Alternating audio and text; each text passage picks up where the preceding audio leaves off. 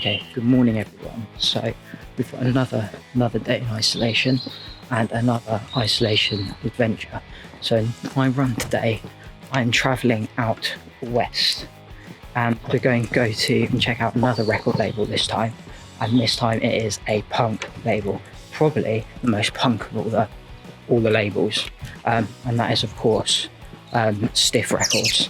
And this is the label that Dan will sign to, the first label to produce and release a punk single before both the Sex Pistols and the Clash. Signed the Damned, they signed the Pogues, they signed Madness, Kirsty MacColl, Elvis Costello, Nick Lowe, and Ian Dury.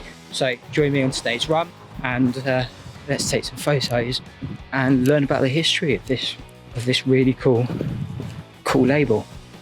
Anyway, enough of me whittering on. See you later.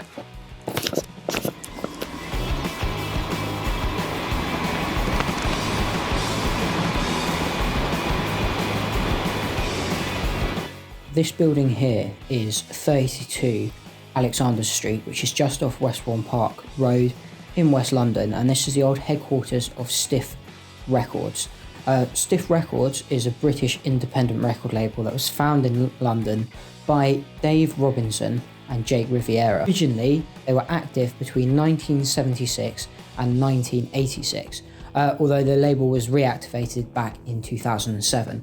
The label was established in and around the explosion of punk in the year of 1976, and they pushed a number of bands that were part of the pub rock scene in London. However, Stiff is a punk label, and this is undeniable.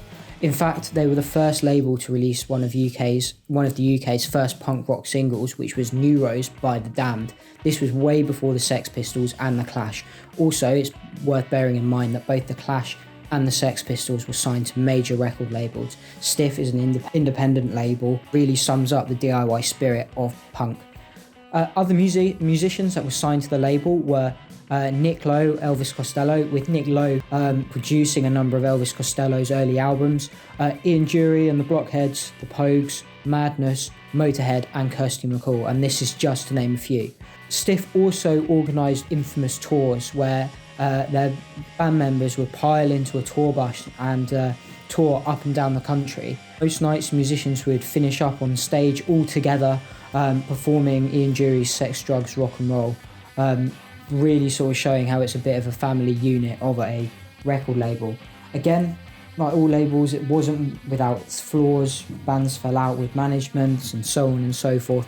Overall, Stiff Records is a really significant DIY independent label in the heart of West London, producing some of the UK's most important acts and really carried on the punk explosion long after the year of 76. If you have enjoyed this, please rate and subscribe, and I will see you next week. Thank you.